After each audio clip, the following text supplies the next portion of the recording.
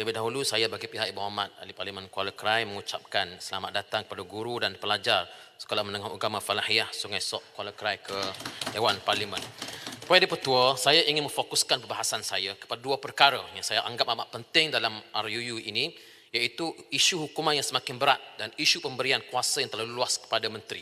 Saya ingin tegaskan bahawa saya menyokong usaha membanteras jenayah cyber kerana statistik yang dibentangkan oleh kerajaan sendiri menunjukkan peningkatan yang membimbangkan.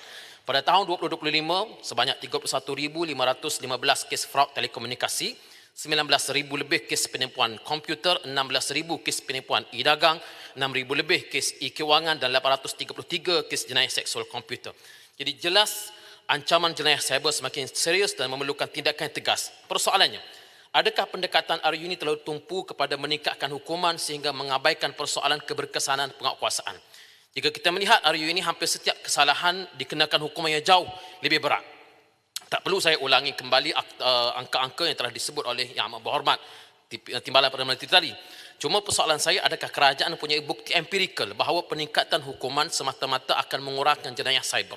Dalam bidang kriminologi, keberkesanan pencegahan bukan hanya bergantung kepada berat hukuman, tetapi lebih bergantung kepada kebarangkalian untuk ditangkap, disiasat dan disabitkan.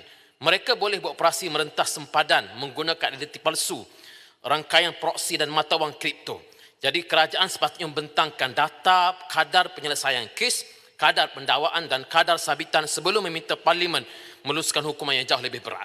Kedua, Tuan Di-Pertua, yang lebih membimbangkan ialah kuasa menteri terlalu luas. Di bawah fasal 26, menteri diberi kuasa untuk memberi kuasa secara bertulis kepada mana-mana pegawai polis, mana-mana pegawai awam lain, mana-mana pegawai Suruhanjaya, SKMM sebagai pegawai yang diberikan kuasa untuk melaksanakan akta ini. Soalan saya, apakah had kepada kuasa tersebut?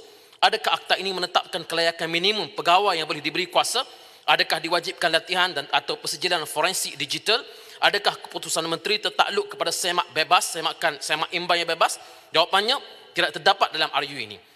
Ruang budi bicara menteri amat luas, sedangkan kuasa yang bakal dilaksanakan oleh pegawai tersebut melibatkan siasatan jenayah, akses terhadap sistem komputer dan pelaksanaan kuasa penguatkuasaan yang memberi implikasi terhadap hak individu.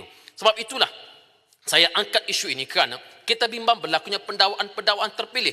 Saya ambil contoh apa yang berlaku dalam masa lebih kurang sebulan dua ini.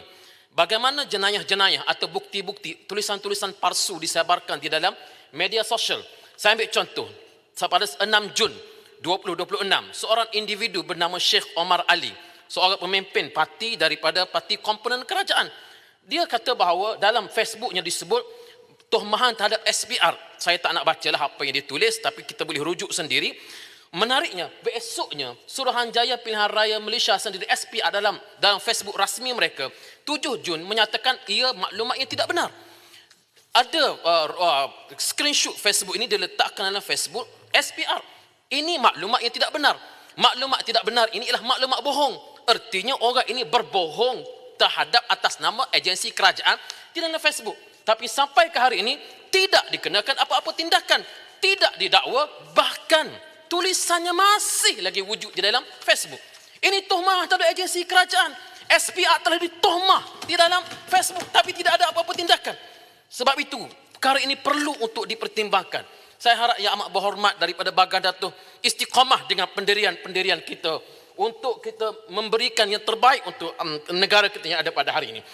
Ya, Yang Berhormat, Tuan Puan Ketua, sebab saya angkat ini kerana apa? Semalam seorang peniaga durian didakwa kerana dikatakan menyebarkan maklumat yang palsu terhadap isu penyaluran minyak daripada Filipina. Dan ini dah terus didakwa di mahkamah. Tapi ini dibiarkan. Itu satu. Bagaimana pula kalau sekiranya maklumat ini yang palsu, tuduhan palsu, disebarkan di dalam internet oleh pihak ketiga. Si A berkata benda yang tidak betul, tapi disebarkan di dalam internet, perkara tersebut bagaimana pula RUU ini menjamin untuk diambil tindakan? Sebagai contoh, ada seorang individu membawa ke dewan ini tuduhan yang palsu terhadap Kelantan dalam isu jenayah seksual. Membawa tuduhan yang palsu terhadap Kelantan dalam isu jenayah seksual kanak-kanak. Ini perkara yang sangat jelas memberikan imej yang buruk kepada Kelantan. Tetapi saya membawa statistik daripada DOSEM sendiri menafikan betul-betul tuduhan seperti ini. Saya yakin tuduhan ini datang dari Berani bagi laluan, Pasir Mas. mentaliti pemikiran kasta Saya rendah cabar, Pasir Mas. yang Berani bagi laluan. diterjemahkan di dalam Berani bagi laluan. Silakan Jelutong. Ya. Pasir Mas. Yang berhormat, masa sudah tamat. Terdapat banyak membahas hari ini. Speaker, satu perkara saja. Sejarah menunjukkan bahawa yang kena saman dan bayar pampasan yang banyak sangat adalah semua pemimpin PAS. Cukuplah Yang Bukan berhormat. daripada DAP. Yang berhormat, Itu adalah hakikat. Yang berhormat, Betul tidak? Saya rasa Jelutong ni tak baca berita barangkali.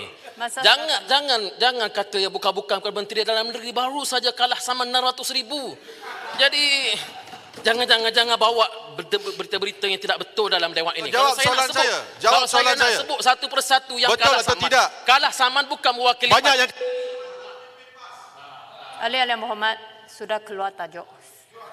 Saya hanya menjawab poin betul. Boleh saya sambung sikit? Masa sudah tamat. Terima kasih. Terima kasih kepada betul. Terima kasih Yang berhormat.